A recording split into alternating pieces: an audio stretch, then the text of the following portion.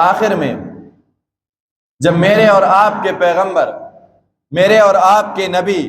تمام انسانوں اور جنات کے نبی،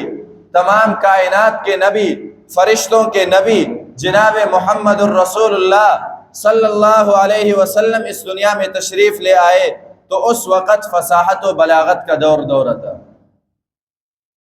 عربوں کو اپنی فصاحت اور بلاغت پر بڑا ناز تھا۔ عرب اپنی زبان میں اتنے تیز تھے کہ ایک ہی مجلس میں جب بیٹھ جاتے تھے، یہاں سے کوئی آدمی ایک شعر پڑھ لیتا تو مد مقابل میں کوئی دوسرا شعر پڑھ لیتا، اور پھر ان کا مقابلہ جاری ہوتا۔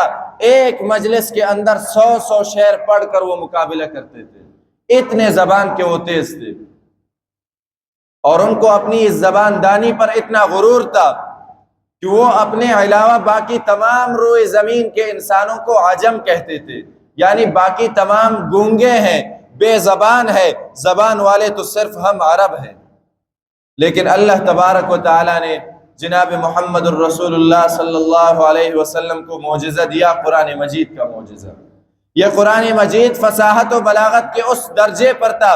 کہ اس زمانے کے عرب بھی اس کا مقابلہ نہ کر سکے، بڑے بڑے شاعر اس کا مقابلہ نہ کر سکے، بڑے بڑے ادیب اس کا مقابلہ نہیں کر سکے، اور صرف اس زمانے میں نہیں، آج بھی کوئی اس کا مقابلہ نہیں کر سکتا، اور تا قیامت کوئی بھی انسان، کوئی بھی مخلوق قرآن مجید کی مثل نہیں لا سکتا۔